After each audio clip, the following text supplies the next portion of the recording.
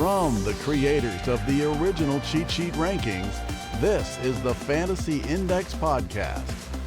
Brought to you by Fantasy Index, the original and best since 1987. Now your hosts, Luke Wilson and Colt Williams. Welcome, one and all, to the Fantasy Index Podcast, Waiver Wire edition heading into Week 3, and I would like to go ahead and mark us all safe from the injury epidemic that has swept through the NFL and fantasy football alike in the last 48 hours. Before we get to that, though, Monday night meltdown in Philadelphia, Cold. I don't know what else you call it. The Eagles had that game. By the way, as a Cowboys fan, I want to say my heart is broken for Eagles fans, who are, of course, the nicest fans you could ever hope to meet anywhere on earth.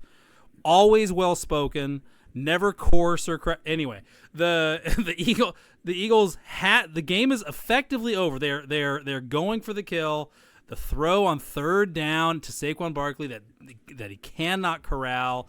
Kirk Cousins clutch gene. I mean, the Monday night narrative on Kirk Cousins is over, Colt. Yeah. I mean, that drive at the end was spectacular. I mean, that's all you could really ask for. It was just, 100%. Mooney, London.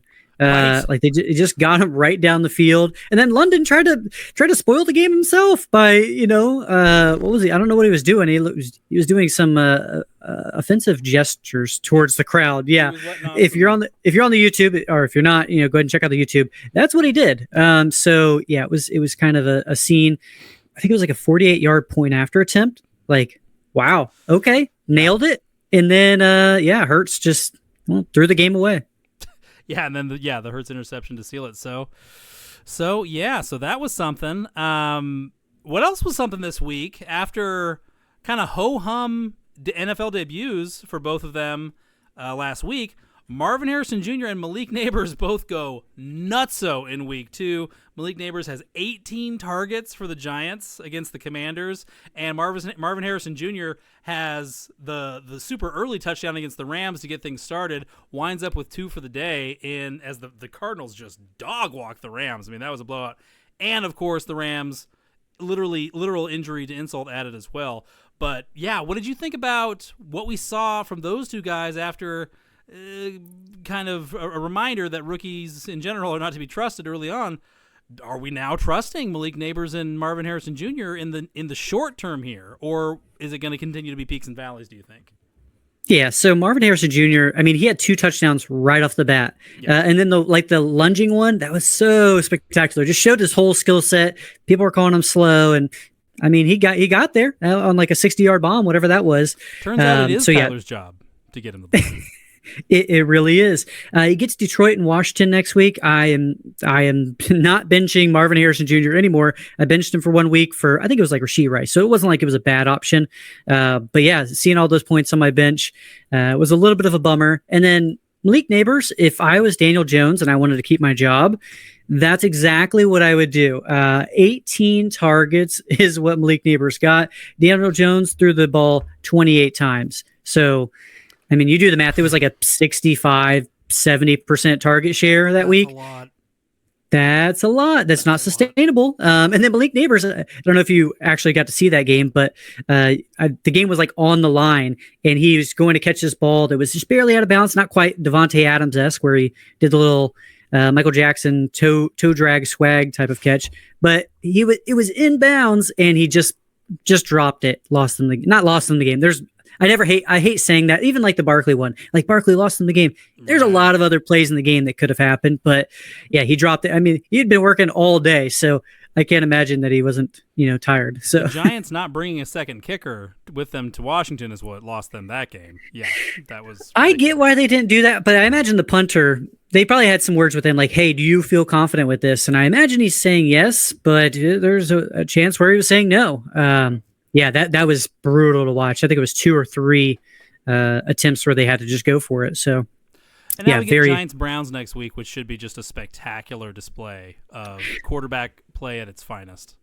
It should be a fun one. I'm going to look up the over under right now because I've got to know what that is. I'm going to say 35. Are you going to take the over or the under on that? It's pretty low. 34.5. I'm gonna price is right you. Okay, 34.5. Okay, I'll end up finding it here. Let's get into some of our injury blitz. Yeah, shall we? I mean, take a drink of water if you want or something first, Cole, just to get yourself ready because you're going to be talking for quite some time here because my fantasy rosters indicate that fantasy football players stormed the beaches of Normandy this weekend, and casualties were high. They really did. The over/under in the Giants-Browns game, 38.5. I would bet the under on that. Do they know who the quarterbacks are? Okay. I'm not sure, but I expect that line to move slowly over the week. Vegas knows Jameis Winston's in, guys. Oh, boy. Yeah, maybe so. All right. Normally we have an injury blitz, and this podcast can be just a little bit longer because there are a lot of names we want to get to. We want to get you the best feedback that we can on these players. So here we go. Let's start it off. Christian McCaffrey placed on the IR. He's likely to miss more than just 4 weeks. They're saying about 6 weeks is what they're expecting, the 49ers staff. Jordan Mason season. We kind of talked about it a little bit in the Undrafted Gems episode. There's so many stars on this. I'm going to kind of just rattle them off. If you want to jump in on any of them, feel free. I mean, Justin, ridiculous. The list is good luck. It's everyone. Justin Jefferson, quad injury in Sunday's game. He said he'll be playing this weekend, but it's just something to monitor. A.J. Brown missed the Monday Night Football game. He's expected to miss multiple weeks with a hamstring injury, so that's just another one that's lingering. Deebo Samuel expected to miss a couple of weeks with a calf injury. Yeah. Cooper Kupp likely to land on IR. He hasn't landed on IR just yet, but I mean, Puka first, now Cooper Kupp. We're going to talk about some guys that maybe can fill in the void, but it's not a pretty sight there in LA. Isaiah Pacheco, going to miss 6 to 8 weeks. Was it a broken fibula or fracture? So fracture. 6 of 1, half of it. It's the same. A break that's less bad. A break that's less bad. Still almost 2 months that he's going to be out. We're going to try and talk about some of the fill-ins there. Taysom Hill went to the hospital with a chest injury during that game. Yeah, kind of brutal. If you were streaming him, Rachaad White, groin injury. Said he should be good to go, but again, something to monitor throughout the week. Yeah. Tajay Spears, ankle injury. He should be fine, is what they're reporting there. But Tony Pollard, he was already kind of had the reins on that. So I'm pretty high on him. Joe Mixon, he had an ankle injury. He ended up leaving the game for a little while, went to the Blue Medical Tent, came back into the game, and now he's waiting for an MRI here on Monday afternoon. I couldn't believe he came back in the game. It looked like a textbook hip drop with like the violent rotation like Tony Pollard against the Niners in the playoffs a couple years ago that wound up shattering his I think it was his fibula or whatever, his lower leg. But then he came back in the game for a play, so he can't have been that bad off. But still, it looked rough. In a league where I have it's a dynasty league, but I have Christian McCaffrey. I was just trying to fill in the voids. I traded like a second and a third for Mixon, nice. And then he immediately got injured this week. I was like, oh no! So partially, I think it's my fault. My team's a little bit cursed. Amon-Ra St. Brown, 19 target game. And then if you watched him going back into the huddle, coming back from the plays, he was beat up. He was hobbling all throughout the end of the game. Yep. It's an injury worth monitoring. He didn't, he missed a little bit of time. I think it was contusion and cramping, they said. Yep. But another one to monitor. Evan Ingram. This one, sure. Evan Ingram was a huge shock to me. He was apparently a go, and then last minute, it was like 45 minutes from kickoff, ruled out with a hamstring injury. He got hurt during the warm-ups.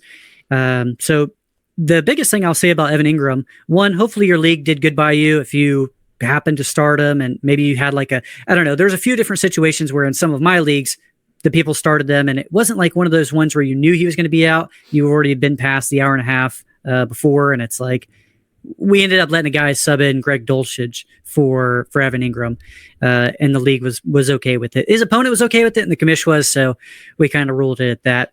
He ended up losing on the week anyways, and there's that. But Evan Ingram, he does play on Monday Night Football, which is worth noting because there's a doubleheader, and if you don't have another tight end option, you are wincing in pain. That is just the worst. One, a doubleheader on Monday Night Football. I'm not sure what's worse, that or having a player play on Monday Night Football who's questionable. So yeah, monitor that. Another player that plays on Monday Night Football, T. Higgins. He's got a hamstring injury. We're still waiting to see his 2024 season debut. Again, you just got to be able to audible from him if you can. Put him in your flex, if nothing else, so you have multiple options. It should be self-explanatory by this part of the season, but just in case. Kenneth Walker, still dealing with an oblique injury. Tua, no plans to retire, is what he says.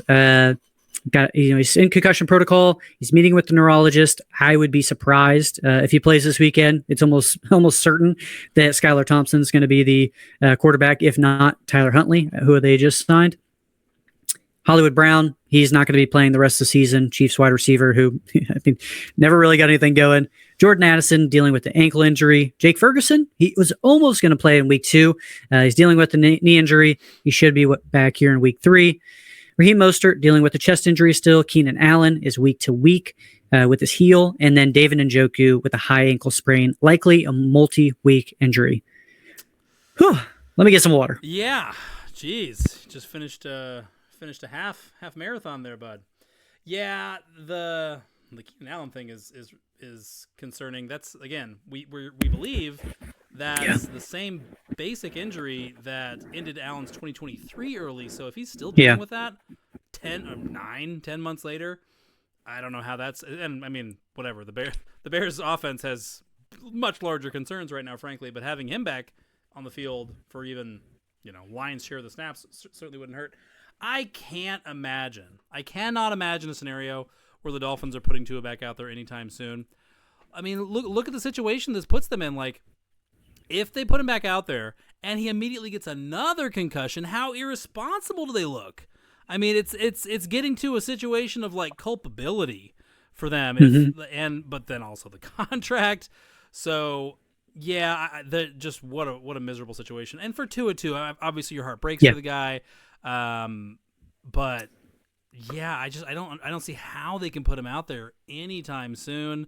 Why didn't he have? I mean, whatever. Who knows if it would the Guardian cap? Why didn't he have the Guardian cap? Like they say, we're not really sure how much it helps. It couldn't hurt. Yeah. But we're not gonna see him this week. I'm not expecting to see him again before November 1st. Honestly, I'm not personally. So that's rough. And then Hollywood Brown is getting $14 million to hang out and maybe get a ring. Not bad work if you can get it. Maybe so. It's like the Melvin Gordon one where he's like, when he got a ring with them, I think it was like 2 years ago or something like that. He was like, oh yeah, got all the way here. I think it was Melvin Gordon, who was on the Chiefs. With the Chiefs. Yeah, and he was there for did absolutely nothing. And he's like, but I got a ring. So that's going to be that maybe Hollywood by the end of the season. Although, sorry not to cut you off, but then we also had some interesting NFL news this morning, which people were joking that it needed to happen. Personally, I was not expecting this guy to get sat already. Colt, who got sent to the Pine this morning? Bryce Young, 2023 NFL draft, first overall pick, before CJ Stroud, before a lot of really other good players. I mean, he's not injured. He should have been part of the injury blitz. He just looks awful. I think I read a stat on Twitter, something along the lines, and I'm sorry, I don't know who to give the credit to, but it was they were down the entire game, and he only threw 2 passes over 10 yards and didn't complete either one of those. So he just looks really bad. Andy Dalton's coming in. We're going to talk a little bit about his pass catchers. Usually, I don't care if it goes from one mediocre quarterback to another, but calling Bryce Young mediocre would be a compliment based off how he's played so far. So it's good for Thielen, Deontay Johnson, Xavier Legette, really anybody there. Am I going out and spending a ton for him? Absolutely not. It's still one of the worst offenses in the league. But Andy Dalton. Yeah. One of the worst offenses in the league would be a huge upgrade for these guys. All right, so we've got a lot of players to touch on and to maybe elaborate about, because now we're getting to the point in the season where upcoming matchup starts to be a factor in our calculus for who to put in claims on, who to prioritize. Why don't you kick us off for running backs with, obviously, a backfield that has been very recently impacted by a very big injury. Yeah, it's a backfield that's been lucrative for the running back position, regardless of who you are. And there's even another name that I should have added this. I would just put Chiefs running back. Right. Yeah. You've got Carson Steele, who I think he's the rookie running back, but they have him listed as a fullback. Samaje Perine, who they just brought off the street just whatever it was 2 weeks ago. Kareem Hunt, who's visiting for a physical, and then Clyde Edwards-Helaire. I think he's on IR, but whenever he comes back, he'll still be there before Pacheco will. Is there any of those four guys, and they could obviously bring someone else off the street if Hunt doesn't work out, that you'd be throwing any more than like a dollar bid or any waiver priority? Oh boy. I'll say Perine. Perine's my choice there. Obviously the one, and I mean a lot of guys are going to say Hunt, and that could well be the case too. But yeah, I'm going to say Perine. I think the Chiefs, like they're gonna go away from the run. I mean, whatever, they only run to facilitate the pass anyway. Now they don't have to pretend to care. Like they'll put Carson Steele out there in short yardage situations and just beat teams up on the inside that way. But yeah, I would go with Perine. I don't see why he couldn't have kind of a Jerick McKinnon 2022 summer scam honeymoon period here. But yeah, I mean they're all lottery tickets. I don't love any of them. It's going to be icky, I think. They are. And the schedule isn't exactly easy. There's no Panthers on their schedule or Washington or anything like that, but they got Atlanta, Chargers, Saints, then a bye, 49ers. So just looking at a few games there, I was hoping there was one where it was like a Panthers or a Washington where maybe they run out the clock. And the reason why I bring that up is, because Perine got no carries in this previous game here, although Pacheco was injured closer to the end of the game. But Carson Steele, he lost the fumble and he still got carries later on in the game. There was one, I think it was maybe third down or fourth down. It was a conversion down where they needed this to almost solidify the game, and they trusted the rookie with it. So I was a little shocked by that. He had 7 carries in the game.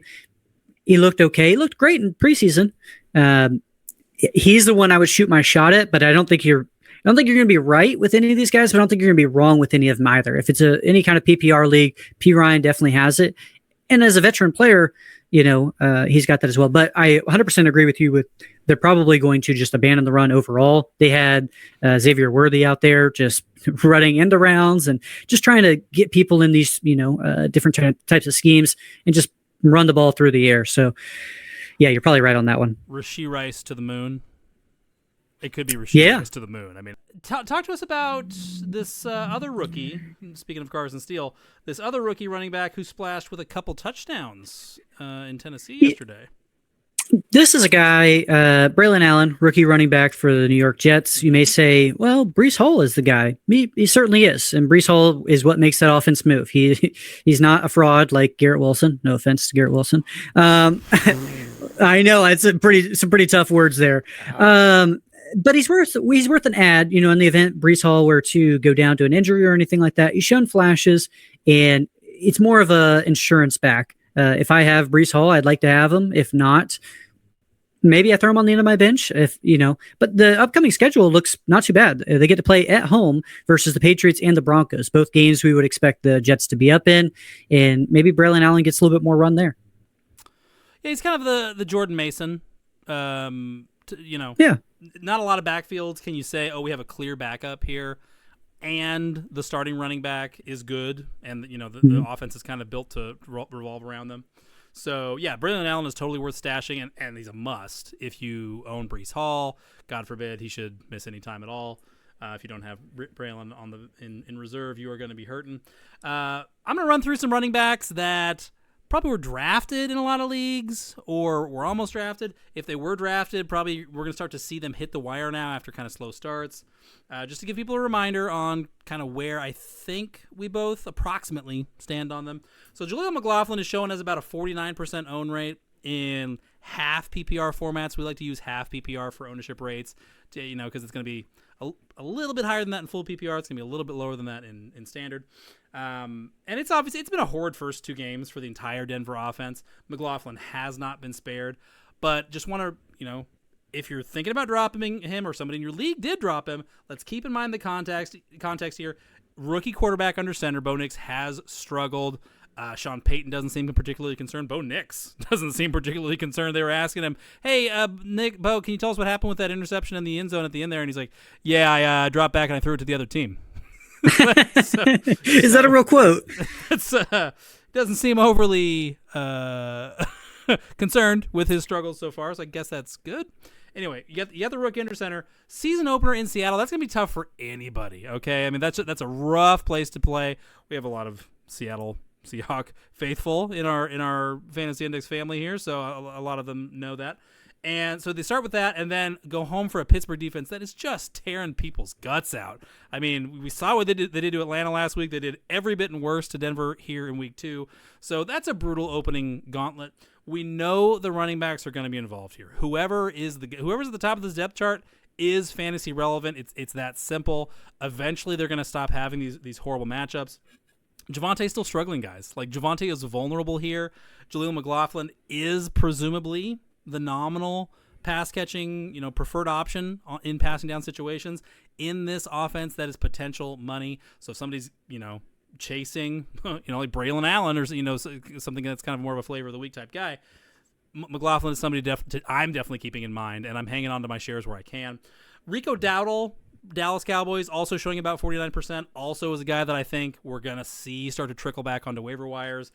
Brutal upcoming schedule's brutal. Okay, the Cowboys have nothing but like road grader run defenses coming up, starting with Baltimore at home this week, so that's not great. But kind of like McLaughlin, his passing down involvement is strong. It's going to keep him afloat as a fringe flex guy in half PPR or full PPR formats, I think. And Zeke is like a 93 Honda Accord with like 260,000 miles. You can't kill it. No matter you drive that thing 8 hours a day uphill both ways, and it just won't die. So that's probably. Zeke's not going to go away, but he might fade at least out of the way enough for Dowdle to be like low end RB2, high end flex, kind of nebulous area. Jalen Wright at Seattle, the rookie for the Dolphins. He's shown about 47%. Again, wow. I think he's going to be hitting a lot of waiver wires with Devon Achane has the huge, almost 30-touch bell cow explosion, and oh wow, we have our new, touch, workload hog for the Miami Dolphins. No, we know better than to trust that is the new norm in Miami, especially now with Skylar Thompson taking over, at least in the near term. The Dolphins' backs are going to be ridden hard. We have to think we were already seeing it, before Tua went down. Achane's not going to control this backfield again, and Mostert is still banged up. So Achane, he blew onto the scene week 3 last year. We're now heading into week 3, so you got to keep an eye on Jalen Wright for sure. But at Seattle again, that's not a great spot. You're certainly not starting him this week or planning to anytime soon. But you're never going to start this guy until all of a sudden you have to, right? So yeah, before I run away with myself, I put a couple other names on here. I wanted to see what your thoughts were on, for starters, Bucky Irving. What is your level of concern? Obviously, Rachaad White comes up a little bit lame in the Detroit game. What were your thoughts on Irving coming into that game and now on the other side of this Rachaad White injury concern? Yeah, so Carson Steele is probably at the top of my list among all of the running backs we've talked about so far. Even though I'm not really excited about any of these guys, but again, upside, probably at the top just because it's good offense and 6 to 8 weeks from a running back. If it's him, I'll certainly take that. But Bucky Irving is probably number 2, just because of the Rachaad White injury and the way that offense moves, and he basically is Rachaad White clone, just a mini-me. Of sorts, where he's a very, very good pass catcher. We saw him in Oregon where he could do all 3 downs if needed, and he's shown some flashes here so far in the NFL. So if he were to miss any time, he's got Denver here this next week. Again, and Tampa's kind of been rolling. Maybe that's a game where they just kind of need to run out the clock. And yeah, Bucky Irving is probably second on my list, especially if I've got Rachaad White. You got Ty Chandler on here, who, he looked great here last week, 10 for 82. I'll take that against the Niners, I believe. That certainly would take that any day of the week. And then Aaron Jones just kind of, I think he fumbled that game too. At the goal line. So He could have burned him bad. He could have burned him very bad. So Ty Chandler is a guy you've been kind of pounding your chest for over the years. A little bit. Hasn't fully gotten the workload, but yeah, if there were any kind of injury to go down, the Vikings look like the real deal too. Yeah, 2-0, and who do they have next? They've got at home for Houston. That'll be another gut check game. But, it'll be a fun one. But you were right. I mean, real quick, your 49ers defense sit of the week. You said you're probably not sitting them, which I called you crazy.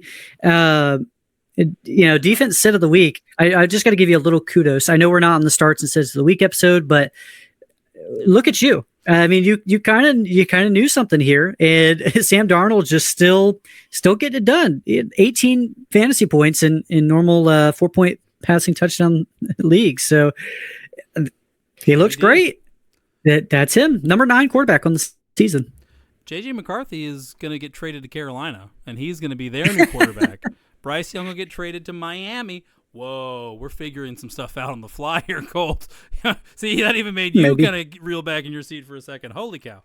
No, that's not going to happen, folks. Relax. No, we're just kidding around. I like Chandler a lot. I think that the Vikings went into the offseason planning on saying, you know what? We don't care about running the ball anyway. Let's just let Ty Chandler be the guy and whatever. See, I mean, if he fails, we'll just stop running the ball completely. And then Aaron Jones just got thrown out there, and he wanted to play the Packers twice a year for however long he's still in the NFL because he's mad, so he signed up with the Vikings. I like Chandler, and again, Aaron Jones is 29 going on 30. I want to say off the top of my head, that's a number after 29. We got to get our number checkers on this. Hold on. So what I'm saying, Colt, is that he is going to be always an injury concern. So certainly, yeah, if you have Aaron Jones and even if you were flirting with like Rico Dowdle or McLaughlin, just trying to speculate on a bunch of different backfields, which I'm generally a proponent for, it's time to go ahead and consolidate your Ty Chandler because he's looked good. They both have. And then yes, Justice Hill. What are you making of the situation? That's 2 weeks in a row with 54% of the snaps. He didn't put up the numbers like he did in week 1, but doesn't look like he's going away anytime soon. Yeah, it's a PPR league play. I mean, we saw Henry. He got, while he may not have had all the snaps, still like 18 carries, I think, in this game, somewhere around 80 rushing yards. He still looked like the guy. They lost the game, which was a bit surprising. I think it was the Raiders. But yeah, Justice Hill is a guy who, if you expect a negative game script, like he should be in there. I think he only got 2 receptions in this previous week, but yeah, everybody's dealing with injuries. If you got the Pacheco injury, you got the Joe Mixon injury, Rashad White, tons of running backs got injured. You could do worse than Justice Hill. I think they play at Dallas. Yeah. So that would be a game where I'd expect, some passing work to go to the running back. Who needs this one worse? Dallas at home after what New Orleans did to them, or Baltimore? Probably Baltimore needs it worse, but yeah. No, both teams are in a bad spot. Both teams are in a tough spot there. So you're sticking with that answer. You like Carson Steele best of these guys that we've run through here. Again, there's no Jordan Mason or Kyron Williams, right? Of the running back waiver wire, there's no season-ending injury, or at least like some person who we know is going to be the next person up. Like if Breece Hall were to go down, like I said, Braylon Allen is the guy. The Chiefs, I don't know who it is. I would go Carson Steele, but I have no confidence in it. Yeah, I'll say it's Irving. I'll say Irving is the guy for me here. Yeah, really, just because he was already starting to pick up some steam before the season. Looked like the real deal. Kind of a Kyron Williams-esque player to me, where like can't really be the 3-down guy for 17 games, but for 4 or 6 in a pinch, sure. And White says that his groin is fine. A lot of running backs have said a lot of things about their injuries, only for game day to determine that, oh, you were totally full of it. So Bucky Irving could be in line for upwards of 15 touches here. Would not be without some historical precedent. Short of that, I got to stick to my guns here. We're talking about a Denver running back. I mean, that's generally... back to the days of Mike Shanahan, was a good thing to have a piece of, and now again with Sean Payton. I know it's been ugly in Denver so far, but I think you got to stand by what Sean Payton has shown us in the past. Jaleel McLaughlin should be owned in anything other than like pure standard scoring or, touchdown plus bonus type leagues. Dowdle, I'm still in on in general, but my enthusiasm is waning a bit. I will admit that. And then the Cowboys, Chandler, like it's just a bet on talent, bet on offense type of guy. Yeah, the Cowboys backfield reminds me a lot of the Chiefs, where it's just like I don't know who it's going to be on any given week. The Chiefs now. Right. But I just like I have no confidence in Zeke and Dowdle, in Deuce Vaughn, who just got introduced to the offense there again. That's about where my confidence level is. I think they're just going to pass it in short yardage and get some end rounds to Lamb. It's not a backfield I'm trying to get invested in. Although again, Chiefs and Cowboys are good offenses historically, and so we would expect somebody to come in through for the running back. The schedule for the Cowboys rushing offense does let up in like November, so keep that in mind. Then let's move on to our wide receivers for the week, because again, injuries dictate that we have some things to unpack. Why don't you start us off with a guy that I think a lot of fantasy players were snickering about and leaving for dead and trying to give away as free with purchase of value meal in dynasty leagues over the summer. Who we leading off with here, Colty? I remember when we had our mock draft in the off season, just before the season was starting, I drafted at the end of my draft Quentin Johnston. You laughed at me. I did. Now look who's laughing now. No, if you have 2 touchdowns, you're going to make it onto our waiver show. It just kind of works like that, unless your name's Alan Lazard. He did somehow. I mean, I wouldn't say he did somehow like miss it. It was just kind of fluky in the way that worked. And, no, I'm not putting what he Lazard did on the show. I'll quit. We're not. Let's stop it. You can't make it. Work stoppage. You got to put Lazard in the waiver show, Luke. No, we're picketing. We're not going to do it. But Quentin Johnston, I mean, week 2, if anything, it showed, there was a little bit of juice there. They want to run the ball. I mean, they ran the ball here this last game. Dobbins got 17 carries. Gus Edwards got 18. So he got more carries than Dobbins and still ended up with less yards. But Hassan Haskins is getting some run. Like, they want to run the ball here in the Chargers, and that's kind of what we were predicting in the offseason. Right. You're not going to get the play against the Carolina Panthers each week. Next week, they do get Pittsburgh, so that's not an ideal play, but a team that may put up some points and have them throw the ball a little bit more. You want to talk about over-unders? Chargers, Steelers, that's 29.5, 30.5 maybe. Yeah, this is another one where I'm not sure who it's going to be each week. We got Ladd McConkey in there, Joshua Palmer, Quentin Johnston. Quentin Johnston is still the guy that I want to bet on. He's got the first round draft talent and seemed like the guy here in week 2. Man, I'm more excited about him in week 4 when he plays the Chiefs, because I feel the Chiefs can put up more points than the Pittsburgh Steelers. Their defense is really good too, so maybe somebody you hold on to and just see what happens in week 3 and going into week 4. Yeah, there's just a lot of opportunity here right now in this passing game. And yeah, the Chargers don't want to throw it hardly at all, but they've been throwing it near the red zone, and Johnston converted on 2 of those yesterday. That's a big development here. No other Chargers receiver has done anything. So yeah, like obviously we know Harbaugh is they're gonna run it 50 times a game if they can. Sometimes they're going to throw it, especially, you've got a $50 million a year quarterback. You got to throw it at least some of the time, or, ownership gets mad. That's what I was about to say. Justin Herbert, do you know what his yardage total is in each one of these games? This kid can't. 144 passing yards and 130 passing yards. Like, that is not enough volume to go around to everybody. Yep. So if he keeps that up, and this is no slight thing on Justin Herbert. Like, he's a very talented quarterback, but sure. It's just they want to run the ball. Like, that's the way that they want to play ball. And that's how are they 2-0? They're 2-0. They're they're going to keep doing this recipe until they lose or until something happens. And, so I would definitely keep it up as well. But again, the passing yardage, you want that to go up for any of these wide receivers to have any relevance. But Quentin Johnston, 2 touchdowns here in week 2. Let's see what he does in week 3. Yeah. Yeah, just for some reason, you mentioning Herbert being a talented quarterback makes me sad that we can't talk about the Saints so much in this episode because Carr and Shaheed are now out of our 50% ownership threshold reach. Not Carr. I just did. Okay, sure, but we're not talking about quarterbacks right now. So, all right. So the next guy really just kind of kicks us off into a receiver depth chart that is suddenly the Wild West, every man for himself.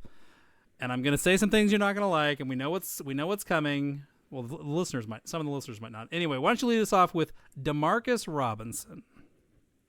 Yeah, so this is a Demarcus Robinson. This is Matthew Stafford is going to get no chance to throw the ball. They play the 49ers. They play the Bears, then Green Bay. The next three defensive matchups are a nightmare, especially pass rushing. And they just have struggled to keep Matthew Stafford up. Demarcus Robinson, Tyler Johnson, Jordan Whittington, and yeah, I'll give you that. There's three different pass catchers, maybe even Tutu Atwell. You could pick your poison at them. I'm going to go with Demarcus Robinson. He's the most veteran of the group. He's actually shown flashes in limited roles throughout the year, and previous years.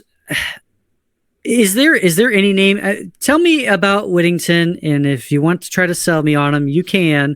I know you like to make your case for this guy. So I've been talking about Jordan Whittington pretty much any chance I got over the last few weeks. Only took 2 injuries, half season ending. A lot of that was just out of my own to amuse myself, really, to be honest. As a wise man once said, I was just playing in the beginning. The mood all changed, okay? Because the nightmare scenario that was like, well, what if something crazy happened? Like Nakua and Kupp both go down, then what? It's week 2 and it's already here, Colt. Okay, so it's time to start talking about okay. Sean McVay has his back right back up against the wall like he has before. McVay, there's nothing McVay won't do. There's nothing McVay won't tinker with. He'll do whatever gives his offense, whatever Frankenstein zombie assembly of remotely healthy players he has at a given week. Whatever allows it to move the ball even semi-consistently, he's going to do it. Maybe that means Kyron Williams plus Blake Corum 35 times this week. That's possible. That's totally possible. The Rams were a much better run blocking line, certainly at the end of last year, than they were pass blocking. So that's totally possible. Maybe Demarcus Robinson sees 12 targets this week. That's totally possible. I mean, somebody's going to see something. Maybe your boy, and a lot of other guys' boy, Colby Parkinson, maybe he bows up for 8 or 9 targets. Totally possible. Another possibility is that a guy that Sean McVay went out of his way to go talk to his buddy Steve Sarkisian, the head coach of University of Texas, and get the inside scoop on. Maybe this is that guy's moment. Demarcus Robinson, 18 months ago, was on the very fringes of the NFL in terms of having a job in it. Okay, he was heading toward the then XFL, now UFL, at warp speed, okay? I mean, he got cut by the Ravens, and he didn't even do anything for the Rams until like late in the season last year. Tyler Johnson, same thing. I mean, he was an undrafted free agent or like day 3 pick, I think, for Tampa, waived before the season even started, and then the Rams scooped him up. These are not world-class talents, okay? These are guys who, in man coverage, as a lower priority in the shadows of Cooper Kupp and Puka Nacua, could randomly scam for 5-6 catches a game. But now they're going to be seeing priority coverage. No, I don't buy it. I don't think that's going to work. I don't think it's going to work. Jordan Whittington could. Okay, you can't say with a straight face that Jordan Whittington couldn't be the Rams' best receiver right now. I think he probably is. So one thing that I don't believe is that Sean McVay is just going to roll over and die here and let the 49ers beat him 35-0. I don't think that's good. I think he's going to take this as a personal challenge to his own offensive mastermind status, and he's going to find a way to get 23 points. The Rams are probably going to lose, but he's going to find a way. And Whittington, he's now one of the biggest arrows in the quiver here for McVay. So are you starting him here? No, you have to be a maniac to start him here, or in like an 18 team NFC only league or something crazy like that. but he absolutely deserves some consideration, especially in like a PPR format in this offense. Yeah, end of your bench type. I mean, I don't mind you taking a shot on Whittington. Again, my biggest thing was Cooper Kupp, Puka Nacua are in the way. They're gone for extended periods of time. So yeah, if you want to take your shot, I mean, I saw more Whittington here this past weekend because Cooper Kupp left about midway through the game, and that dude got some triceps. Let's just put it that way as well. Yeah, he's an older receiver. Usually we want younger receivers, but he's a little bit older. Do you want to guess who's older between him and Kyle Pitts? it's Kyle Pitts is for context. Kyle Pitts has been in the league going in. This is his 4th season. Look, Brock Bowers is older than Kyle Pitts. Okay, like Kyle Pitts is a very young feller. Yeah, no, it's Whittington. Yeah, and he didn't really do anything in college. Had a lot of trouble with injuries.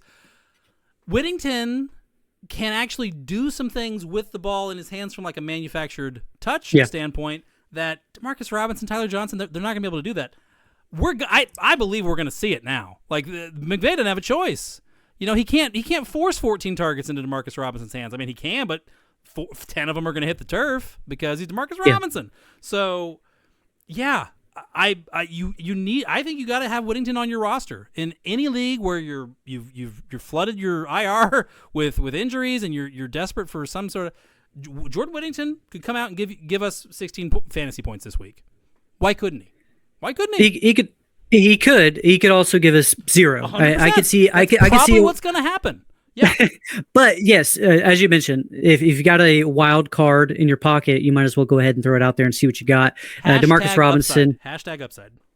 It is an upside play, certainly. The biggest thing I think is going to be hard for him, not hard for him, but just a little difficult to get on the field. I mean, Robinson, Johnson, Tutu Atwell, they're not they're not names that really beat you off the field, but previously we've seen these guys running more routes than Whittington, and just that's kind of struggled to make him get on the field, which it was already Cooper Kupp and Puka Nacua, but nevertheless, I think that's times call for desperate snap rates for day 3 rookie receivers. He's going to be on the field, Colt. DeMarcus Robinson and Tyler Johnson, at this point, are not keeping him off the field. He's not going to see 80% of the snaps. He's going to see more than 40. I'll tell you that much. You want your water bets on that? I didn't think so. No, I'm not gonna have a snaps bet with Jordan Whittington here in week 3. Words that I never thought I'd be saying. Fantasy football. Life comes at you fast, babe. Life comes at you fast. Juwan Jennings is the next guy we've got on our list here. Yep. We mentioned Deebo Samuel. He's going to be missing some time there with his, I think it was a calf injury. Nevertheless, he's got an injury that's going to make him miss just a little bit of time. Brandon Ayuk, he's clearly the wide receiver 1 now, but that connection hasn't been there. A lot of people can chalk that up to maybe missing training camp and all that contract stuff. But Juwan Jennings, even just the previous week, I think he led the wide receivers for the 49ers. So, you could do worse than that. Some people might be looking at Ricky Pearsall. I'm not sure he's fully recovered. Yeah, he's not and ready to get on the NFL field. So, yeah, Juwan Jennings, I would go Jordan Whittington. And this is words that I never thought would come out of my mouth. I would go Jordan Whittington over Juwan Jennings just because I think that there's a little bit more upside there with him. And we kind of know what Jennings is. He's shown some flashes, but he's the DeMarcus Robinson of the 49ers. I mean, yes. I'm surprised to hear you say that because I like Juwan Jennings here. I mean, I always, for years, have been Juwan Jennings. What are you going to waste a roster spot on Juwan Jennings? What is does your league have scoring for pancake blocks by your starting wide receiver? What are you going to roster Juwan Jennings for? He's fantasy relevant now. He was already flirting with it just by dint of the fact that he was putting up some numbers and he was in this offense. And yeah, with Deebo out, absolutely Juwan Jennings is worth a turn. But yeah, if you're talking about upside, again, Jordan Whittington could flirt with 100 total yards from scrimmage here. I'm not saying it's probably going to happen. The possibility has gone from 0% to 5% in very short order. So yeah, no, but Juwan Jennings for 50 yards and a touchdown here, especially against that Rams secondary that's just been getting killed left and right. I would not hesitate to plug Jennings in as a flex if I was in a pinch, and as a lot of people are. What do you make of this next guy? We're just talking The about wide guys receiver we love five, right now. the wide receiver 5 on the season, Alec Pierce. Alec Pierce, wide receiver 5 in the season, and I think that's how many receptions he has for the season too. Yeah, Alec Pierce.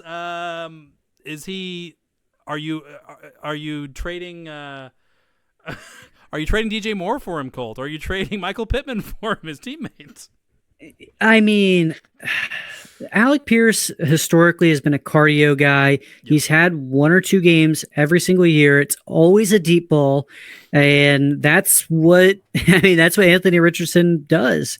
Funny enough, because I think this passing touchdown, I don't remember it from Sunday, but I'm pretty sure it wasn't a deep ball. Yeah, but Michael Pittman, 8 targets, 7 targets. He's out targeting Alec Pierce, and you would expect, but just the way that they're playing ball there in Indianapolis, like it hasn't resulted for anything for Michael Pittman.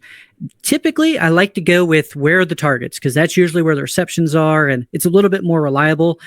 You can look at Amari Cooper, who I think is 8th in targets, but has like 5 receptions off 17 targets. So it's give and take.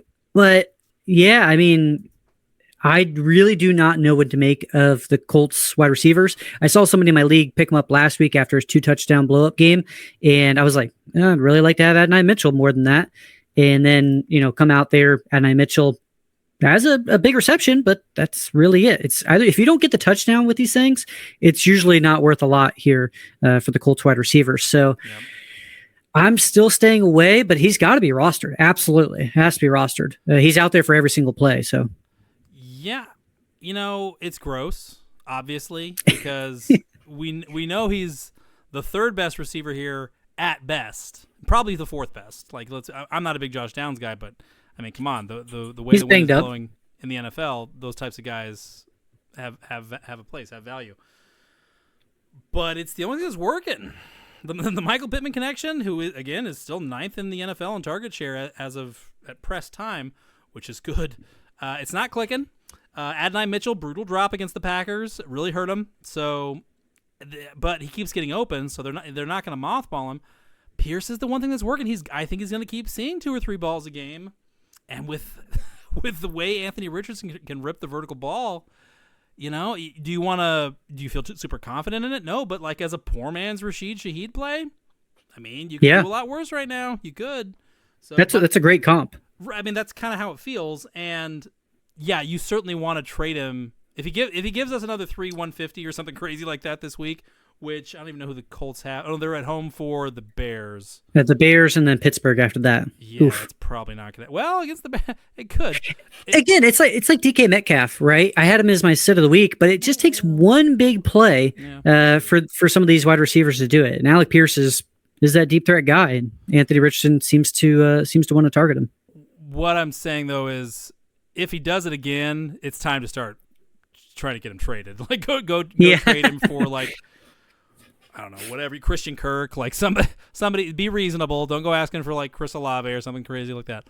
But something, just, turn a single into a double, turn a ground ball into an RBI ground ball, and go get him moved for somebody that actually deserved to be drafted in fantasy drafts last week. I would play Alec Pierce over Christian Kirk. Be reasonable, Colt. We know that the Jaguars are going to ultimately recover. Come on, Colt. He's only on pace for like 25 touchdowns. That'll happen, right? Yeah. He can regress 50% and still get 12 and a half touchdowns. Yeah, that's pretty good. Yeah, okay. You included this guy in the docket. I would be interested to hear why. Jalen Tolbert, Dallas Cowboys you've got a better read on the Cowboys. Who don't know who that is. Cowboys wide receiver, yes, Jalen Tolbert, once sought after as in the dynasty community of like, he is the next big thing for the Cowboys. He's only rostered in 6% of leagues. Probably 6% of our listeners don't know who that is. 9 targets here week 2. He was top 10 in routes in week 2. 6 for 82. They were losing to the Saints basically all game, so that's gonna kind of help it, but. I didn't know if he should be on anybody's roster. I think that 82 yards might have been more than, well, maybe not more than CeeDee Lamb. I know he had a huge deep ball, but certainly more targets. More targets than Lamb, more receptions. Like that's, It's worth noting. I'm not rostering him, but somebody you should be mentioning. This next guy, I am a little bit interested in rostering, but you had some hesitation prior. So again, I'm not excited that it went from Bryce Young to Andy Dalton, but I put just Xavier Legette in here as the name, but any Panthers wide receiver, if they're dropped over this weekend, whether it's Deontay Johnson or Adam Thielen, I'm adding somebody. It's worth noting that Andy Dalton, in his one start as a Panther last season, threw the ball 58 times versus Seattle, 361 yards and 2 touchdowns, no interceptions. Is he going to keep up that pace? No. But, I mean, Bryce Young in his Bryce Young in his very, very short career, he's only thrown 2 touchdowns or more in 2 of 18 games. He's actually he's only thrown once over 250 yards in his 18 games. Like, this is a huge upgrade for the quarterback position. This is not a high bar for Andy Dalton to hit. So if they just start hitting some of these, I mean, what was Bryce Young's last one? I think he threw for like 120, 130 yards. Like, it's just like the Justin Herbert one. There's not enough volume to go around to these guys. And it's really banking on talent with Xavier Legette. But if any of the wide receivers are dropped, especially Deontay Johnson, he would be at the top of my list. I am double checking it, but I believe in a game where the Panthers were down pretty much the entire game that Bryce Young, playing all 4 quarters, threw for, that's right, 84 total yards yesterday on 100% of the snaps against the Chargers in a game where they were trailing by multiple scores throughout. Good God. Dalton, this is kind of a mercy thing, I feel like, sitting with Bryce Young, because who do they get next? The Raiders, who are playing. I mean, they just got a huge. They played the Chargers fairly tough in Week 1, and then they go to Baltimore and beat them. So, like, the Raiders are riding high. They might. Yeah. I don't know what would have happened if they'd thrown Bryce out there. Like, it would have gotten horrific. Max Crosby would have, won Defensive Player of the Year in 1 game. You know what I think what happened was Dave Canales also plays fantasy, and in Week 3 he saw his opponent had the Raiders defense, and he said, "There's no way I can put Bryce Young out there. Absolutely no way. He'll score 100 points by himself." I'm not letting Brett beat me that easy. I gotta take evasive maneuvers. But exactly. Yeah, that's a good theory. But this hilariously, the owner David Tepper insists that at all times, no matter what, even at the detriment of his franchise's future draft capital, the Panthers be trying to win, which is hilarious when you consider what the Panthers' win percentage is under David Tepper. It's very bad. But yeah, so that's what this. I feel like that's what this is partially like. Just it's Bryce Young's confidence could not be lower. Get him out of there. It's certainly not going to hurt him any more than leaving him out there to get slaughtered again. It would. Against the Raiders, and it's going to be a shot in the arm for the locker room, feeling like, okay, well, at least we're trying something, at least we're trying to win football games, or at least not get embarrassed in football games. So I think that's what Dalton kind of gives them in the short term. But that being said, like, for where this team is, how do you go near anything? Like, unless it's like 14 teams or deeper, how are you going to put even Deontay Johnson out there with how poor this team is? Like, if Deontay Johnson comes out and gives you 1 catch for 7 yards, who will you have to blame but yourself? Really? Like, like, even I know Dalton's probably going to throw it 40 times. Okay, and he might throw 5 picks. Like let's not just necessarily assume that 45 pass attempts cures all ails. But I will allow Adam Thielen.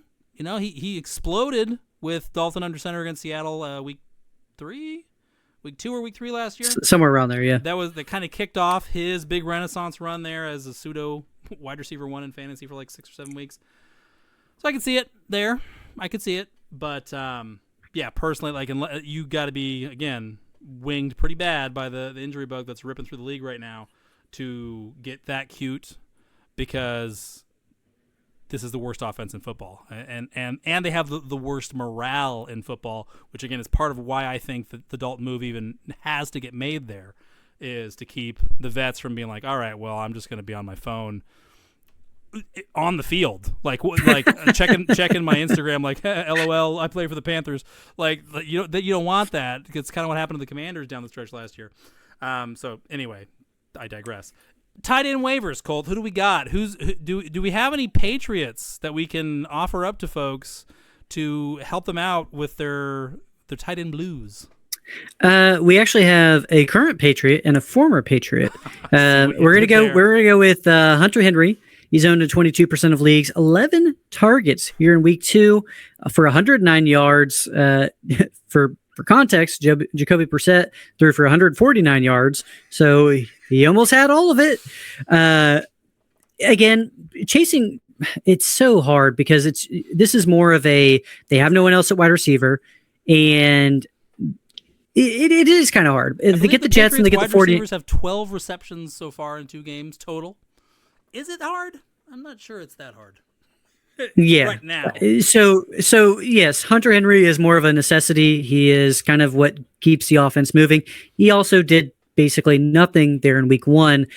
So he has these games where it's just like a blow up game. Usually it comes with some touchdowns, but this one was yardage and actual targets. So, yep. I mean, I will go ahead and add Hunter Henry, but again, he's not a must start by any means. If you want somebody who's going to get some volume, he should be that guy. Mike Gesicki. This was a guy who I penciled in as my start of the week, and then I erased him. He really did, guys. He was talking to me about Gesicki leading into the Starts and Sits episode last week. I thought he was going to go with him. He pivoted last second. Parkinson was a very trendy pick. It was the right call at the time, Colt. Don't beat yourself up. Watching Mike Gesicki do all of what he did after Colby Parkinson just basically, completely browned up his underwear. It was pretty tough to watch. 20% target share through 2 weeks. Mike Gesicki has. That's 4th best in the NFL among tight ends. Only Brock Bowers, Hunter Henry, who we just mentioned, and Trey McBride have a higher target share. So if T. Higgins is to miss any more time, I'm perfectly fine streaming Mike Gesicki, just as probably over Hunter Henry, to be honest. But both of them are about the same tier for me. They get Washington and Carolina, so that's pretty nice matchups.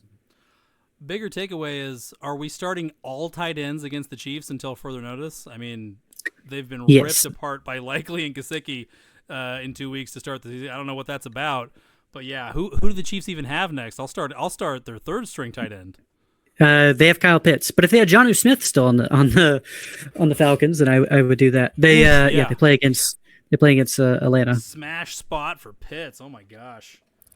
Yeah. Let's get into defenses. We'll kind of wrap this up here. We got a few of them. We'll just kind of rattle them off and tell you a little bit why. Packers DST versus, they're playing in Tennessee versus the Titans. They're playing Will Levis, and that's really all that I wrote up in this. Will Levis has not looked good. If you watched I think it was an interception or his fumble, whichever one that, I know he had 2.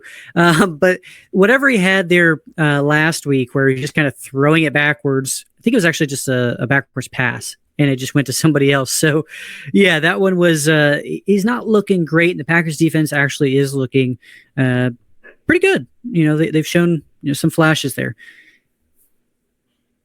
I'm not going to say it's not the right play. I don't love streaming on the road for starters. It's not my favorite.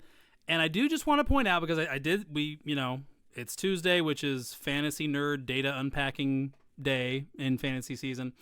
And I do want to point out that Levis has some interesting hallmarks, statistical hallmarks of a guy who maybe is going to get things turned around sooner than we think. He is 6th in the league in deep throw percentage, so he is going down the field a fair amount, 15% of his targets. He is he's 8th in the NFL in highly accurate throws, which are throws that either hit the receiver in stride, hit him dead in the numbers while he was standing still, or was a throwaway. So just got to get the ball out of play. 8th in the league. He was between Tagovailoa and, surprisingly, Justin Fields. Justin Fields has been playing some of the best football of his career. And he's 3rd in the NFL in his first read percentage being his throw. So he's throwing the ball. As the play was drawn up, he's been accurate for most of his plays.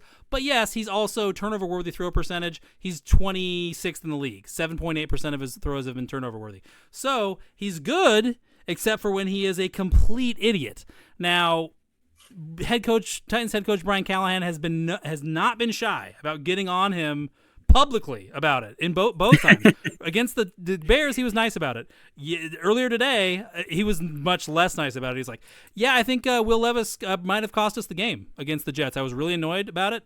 He cost us 3 points at least in a game where we probably needed it. And, he actually said, Will's an adult. He's a grown-up.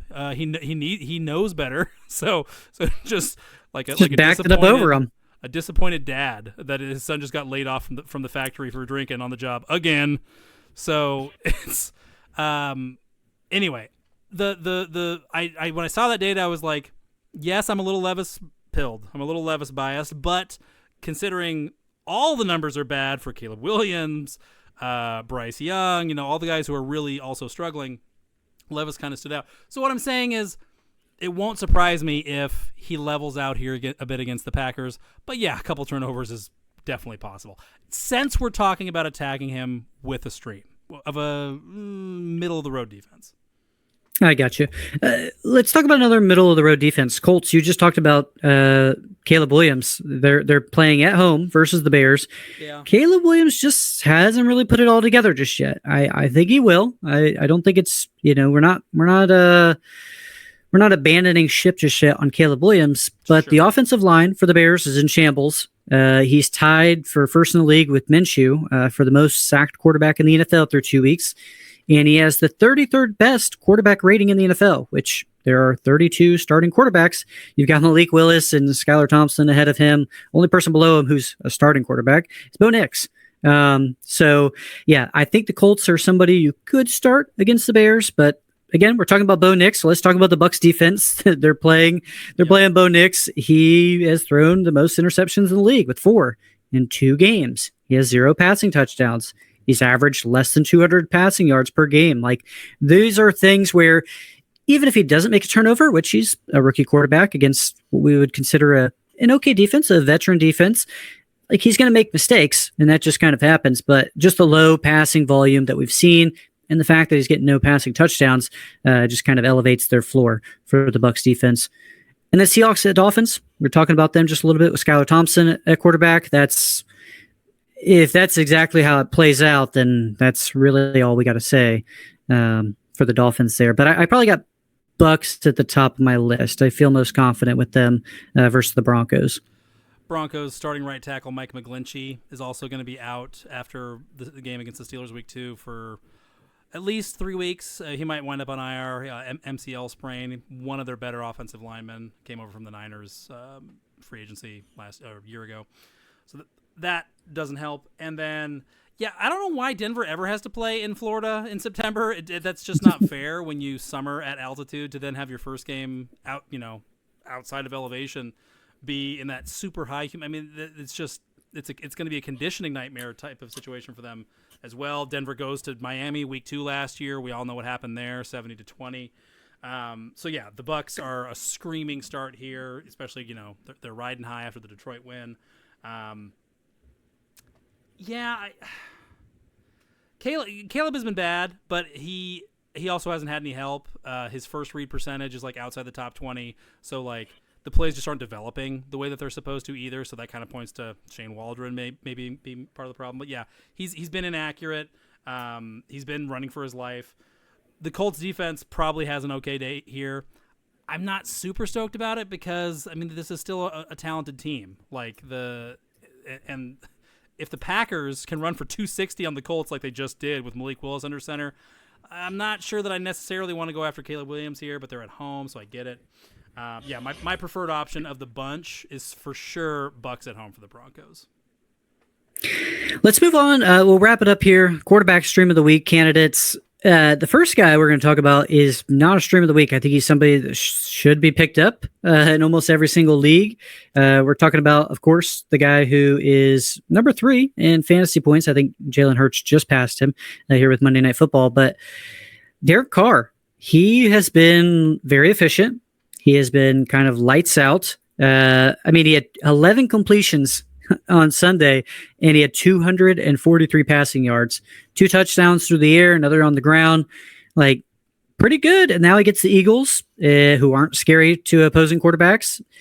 I'm asking for a friend, would you start Derek Carr versus the Eagles while they're playing in New Orleans, or would you start Goff on the road versus the Cardinals?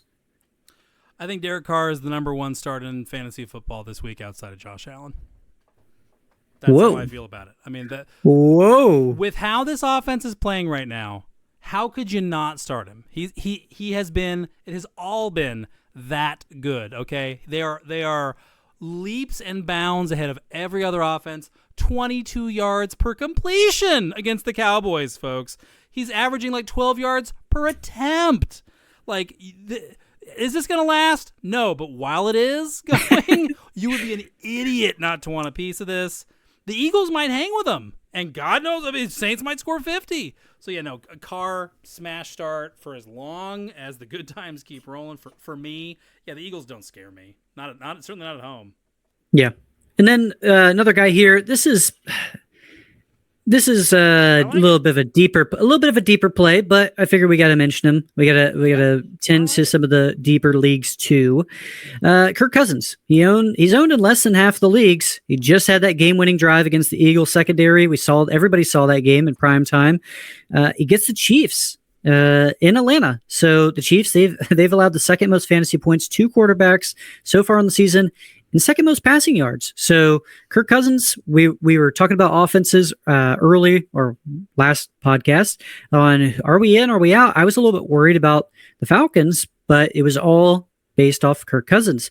He came out this game here in week 2 versus the Eagles, looked competent, looked okay. So he looked healthy. Yes, he was driving the ball better than he did in week 1. So Kirk Cousins is a guy in deeper leagues that I'm okay starting. Yeah, I don't see why he can't. I mean, the Chiefs have made fantasy starters of both quarterbacks so far. Granted, that's Lamar Jackson and Joe Burrow. Mm-hmm. But, yeah, the post-L'Jarius Sneed Chiefs secondary so far looks pretty squishy. They don't scare me at all. And let's not pretend like the Falcons didn't have major question marks literally up until that last drive. So, therefore, they still do. It was one drive with a gun to their head to avoid starting 0-2, and they just kind of went out of body there for a second. That could absolutely be what happened there. But yeah, I mean, there's every chance also that this is the Falcons getting it back on track, and they give the Chiefs a game. So yeah, I like Cousins here just fine. I think that's it. We got through it. All the injury blitz. And again, we're recording this Monday night. If anything were to happen afterwards or any other news like that, if you got any start-sit questions, I know we're going to do a start-sit episode, but if you have any other start-sit questions, feel free to hit us up on X or Twitter or on the YouTube comments. We're getting actually a lot of YouTube comments now, just giving us some feedback on the episodes, so we really appreciate that. You can find us at Twitter. You can find Luke at DLuke87. You can find myself _Colt Williams. But yeah, I mean, this has been a great episode. Not great for the first part because the injury blitz, where we were kind of talking about injuries for a little while, but that is fantasy football. Injuries are here to stay, and hopefully you guys are.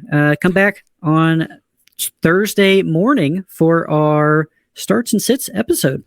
If you leave your start-sit question in the comments of this video, yes, which will go up on Tuesday, I guarantee you we will read it in the start-sit episode coming out on Thursday. So, if you're hearing this, hop on there, drop a comment. All right, folks. Well, that is going to be a wrap for us for tonight. We look forward to having you back with us for starts and sits in a couple nights. See you then. See you then. This has been the Fantasy Index Podcast. For more great content, premium rankings, and cheat sheets, head over to fantasyindex.com.